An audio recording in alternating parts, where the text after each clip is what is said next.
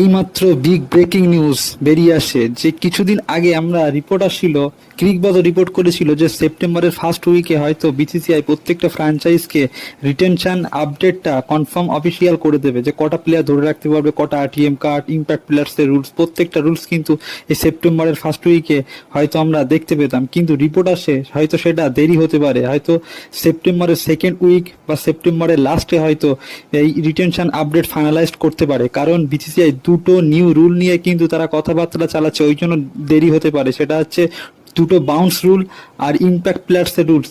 এই দুটো রুলস নিয়ে কিন্তু বিসিসিআই কথাবার্তা চালাচ্ছে।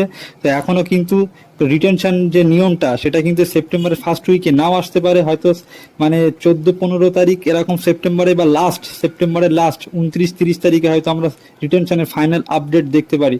তা আর হয়তো আমাদের আরও কিছুদিন অপেক্ষা করতে হতে পারে।